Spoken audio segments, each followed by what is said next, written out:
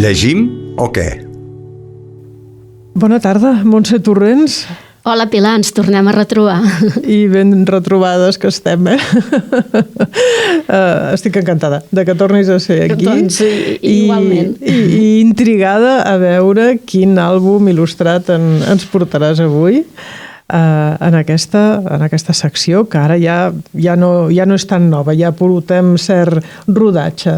És cert. I jo crec que, bé, tal com ho estem combinant amb els vídeos que pengem a YouTube, en el canal de Llegim o què, a mi m'ha arribat alguna opinió de que complementen molt bé la secció que fem per la ràdio, que, clar, no té imatge. Clar, sí, això és una cosa que ens feia patir quan en parlàvem de fer aquesta secció, perquè nosaltres estem aquí molt emocionades davant del llibre, però clar, els nostres oients ens van escoltant i a vegades no sé si es fan massa la idea, I certament aquests vídeos posteriors complementen molt bé. Molt bé aquesta secció, i jo estic encantada de que ho treballeu tant i ho feu tan bé, realment. Bueno, ja li enviem un agraïment al Jim Tarsol, que és el que té la feinada de muntar tot això, i en el Dani Autonell, que ens dona un so per adaptar a aquestes imatges. Doncs som-hi. Doncs mira, què tenim avui? T'imagines, Pilar, que cada any féssim una fotografia del que veiem des de la finestra de casa i les poséssim totes en un àlbum? Doncs mira, no se m'havia passat pel cap, però estaria bé, no? Veuríem molts canvis. Clar, segurament hi veuríem forces canvis en la vegetació, en el paisatge urbà i humà, els cotxes, els pentinats, la roba de la gent. Doncs aquest és justament l'exercici que ens planteja aquest bonic llibre que tractarem avui d'en Jenny Baker, que es titula Window, Finestra. És un llibre que es va publicar el 1991, per tant, ara fa 20 anys, però que veurem que no ha perdut gens de vigència. Es tracta en aquest cas d'un àlbum il·lustrat sense paraules, on en 13 pàgines dobles es veu el marc d'una gran finestra per la qual, o a través de la qual, millor dit, els protagonistes van veient com el món canvia. I alhora, nosaltres, els lectors, des de la nostra finestra, que és el llibre, veiem tant com ells van canviant, com també el paisatge, és a dir, com els personatges van canviant al mateix temps que el seu paisatge. Per tant, aquest joc visual d'aquesta doble finestra, la dels protagonistes i la del lector, ja és una proposta molt original que ens fa l'autora. A la primera pàgina hi podem veure una noia jove amb un bebè als braços, observant des de la finestra un paisatge verd i el silvestrat, amb un llac al fons, arbres, un gat corrent enmig de l'herba i, com a tota construcció, un petit cobert de fusta. Si passem a la pàgina següent, veiem ja que aquest terreny s'ha humanitzat una mica. Està menys salvatges, alguns arbres s'han podat i apareix una tanca que envolta la casa. La noia, la mare, està al pati estenent la roba amb el nen, que ja és una mica més gran, jugant al seu costat. Fixa't que, malgrat que hem dit que és un àlbum sense paraules, no és del tot cert, perquè integrat a les il·lustracions hi apareixen petites pistes gràfiques que també ens indiquen com el temps va passant. Per exemple, aquí què podem veure de pista que ens indica algun esdeveniment i l'edat del nen? Hi veiem una tarja de felicitació amb motiu del segon aniversari del nen. Exacte, sabem que ha fet 2 anys. Per tant, han passat 2 anys. Molt bé. Doncs aquest és un joc que l'autora, la Jenny, va fent al llarg de les diferents pàgines, on anem veient com aquest nen es va fent gran a través de totes aquestes pistes visuals i també per com va canviant el pati de casa, els cotxes que s'hi aparquen i el que hi ha més enllà. D'acord? És, per tant, un llibre, com ens està passant gairebé en tots els que estem presentant, que té molts nivells de lectura. Pels més petits és molt entretingut anar constatant quins són aquests petits canvis, com han canviat els camions, com han canviat els cotxes, com va vestida la gent. I per edats ja més avançades s'hi pot entreveure un altre missatge més profund sobre com les persones, l'espècie humana, hem anat incidint en el paisatge i quines repercussions pot acabar tenint això en el nostre entorn i en les altres espècies, oi? De fet, l'autora, la Jenny Baker, és una gran activista ambiental i la preservació de l'entorn natural és un dels temes recurrents en els seus llibres, tant en aquest com en els posteriors que ha publicat. Si et sembla, Pilar, podem parlar una mica de l'autora? Val. Perquè ens en fem una mica la idea. Ella, la Jenny, va néixer l'any 1950 a Anglaterra, té ara 71 anys, però val a dir que si els nostres oients fan una mica de recerca per YouTube o per la seva web, veurem que és una senyora amb un esperit molt jove i amb molta vitalitat. I aquests 71 anys estan molt ben portats. Ella és anglesa, com dèiem, però molt aviat amb la família es van traslladar a viure a Austràlia, on resideix, a Sydney, i on és, de fet, una reconeguda il·lustradora i que també ha realitzat també alguns cursos d'animació basats en alguns dels seus àlbums.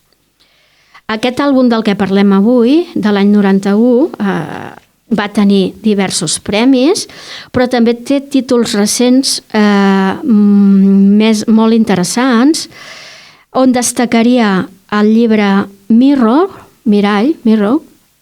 sobre la vida quotidiana de dos nens i la seva família, un que viu a Austràlia i un nen marroquí que viu en un poble petit, i on anem veient que, malgrat tenir més o menys possessions, més o menys pertinences, tots tenim sentiments, desitjos i esperances semblants. Un altre llibre molt interessant d'ella és Cercles, en el que narra el viatge de les aus migratòries pel continent australià i del qual la mateixa autora n'ha fet un curt que ha rebut també nombrosos premis i distincions. Si parlem una mica de la tècnica de l'autora, ella ens diu que es prena el seu temps per fer els llibres. De fet, aquest de Windows li va costar 3 anys de tirar-lo endavant. No m'estranya, I és que quan els nostres oients puguin anar veient les seves pàgines, veurem que són il·lustracions molt detallades. La Jenny utilitza la tècnica del collage, és a dir, la superposició de diferents capes, formes i materials, amb les quals va conformant el paisatge i els personatges. De fet, en diferents entrevistes que li han fet, ella comenta com procura utilitzar els elements el més reals possibles. És a dir, si ens representa un arbre amb fulles, aquest tronc i aquestes fulles són reals. Si el personatge va vestit amb una jaqueta de llana, és un teixit de llana real. Sí? La cortina de la finestra que s'entreveu és de ganxet, també real. El peluix de l'os és un os de peluix, sí? Un tros de peluix real. Per tant, això ens dona una textura i un detallisme molt especial a les seves il·lustracions, que fan que realment cada llibre es demori uns quants anys en sortir a la llum, però que quan el tens a la mà és un plaer, perquè és que la vista se't posa en cada detall i no acabaries de mirar. I cada cop que l'obres, a vegades veus una cosa diferent que no havies vist en la lectura anterior. No, realment és sorprenent i... Clar, té una textura que sembla que tingui relleu, no? Totes les imatges, i és molt curiós perquè em vas facilitar un enllaç a un vídeo que fa, explica una miqueta el seu procés creatiu, sí. No?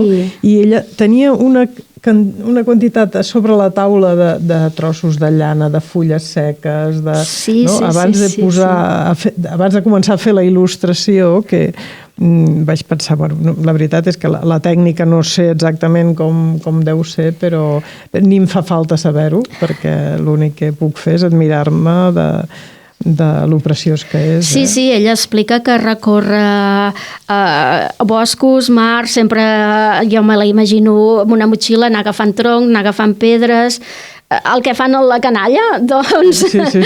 Ho continua fent i tot ho aprofita realment, no? Sí.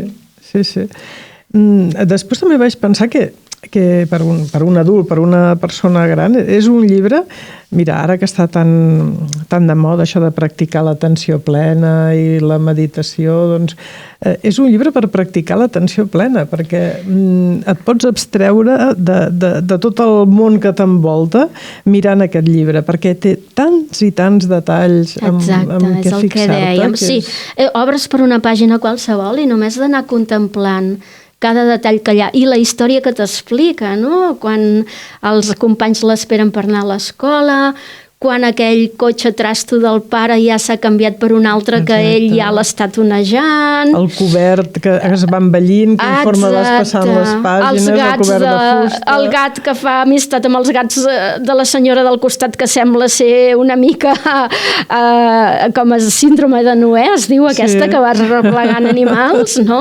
És a dir, hi ha moltes històries, microhistòries a dins de la il·lustració i aquesta finestra, no?, per la qual l'autora ens va mostrant tots aquests canvis. I després també per petits, joves i grans també és un contrast amb l'era actual, que és una era molt visual, però molt basada en pantalles, que tenim el vici d'anar passant de pressa, i en contraposició et trobes aquestes planes del llibre que et fan aturar, et fan adonar compte. Exacte. Molt bé.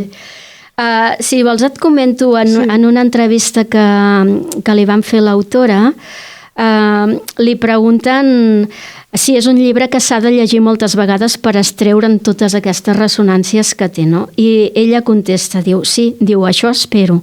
Espero que els lectors el llegeixin moltes vegades i sentin una responsabilitat.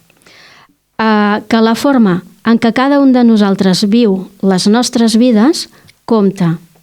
Però també espero que comprenguin la forma en què tot està relacionat i com, una vegada que es destrueix la vegetació nativa d'un lloc, les aus natives ja no tornaran, els animals natius ja no tornaran, fins i tot els insectes no tornaran.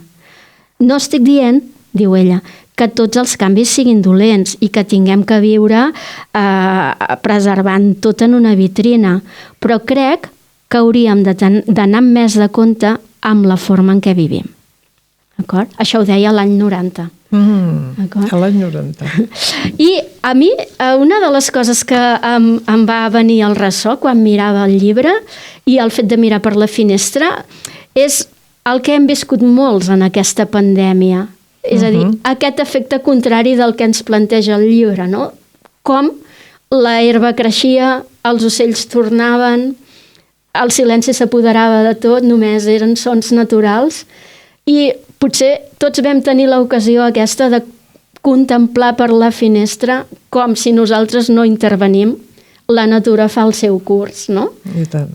Una bona observació. Sí. De fet, també l'última plana, no?, que es veu aquell nen del començament que està en braços de la mare, que ara ja és pare, que té un nen als braços, i sembla que ens estigui dient que té l'oportunitat de fer una vida diferent, de preservar aquesta natura, perquè el paisatge que té ara a la seva finestra torna a ser aquell paisatge més preservat. Clar, veiem com ell s'ha allunyat del gran centre urbà i ha anat a viure a un lloc més proper amb la natura.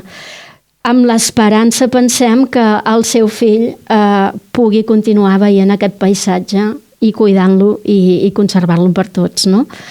Doncs sí, fa aquest tancament rodó també del llibre. Realment és que té molts detalls i és el que dius, cada cop que el llegeixes hi veus significats diferents. Molt bé, genial. Montse, una sorpresa avui també, com serà la propera secció que ens presentis d'aquí 4 setmanes aproximadament, i animem en els nostres oients a que obrin el YouTube, cerquin el nostre canal de Llegim o què i puguin veure aquests vídeos que acompanyaran les explicacions que tan bé ens fas. Moltes gràcies, Pilar. Es tracta d'això, d'obrir-los les ganes i esperonar-los que busquin els llibres i els fullegin i bueno, en puguin gaudir com ho fem nosaltres. Molt bé, moltes gràcies. A tu, Pilar, fins la propera. Adéu.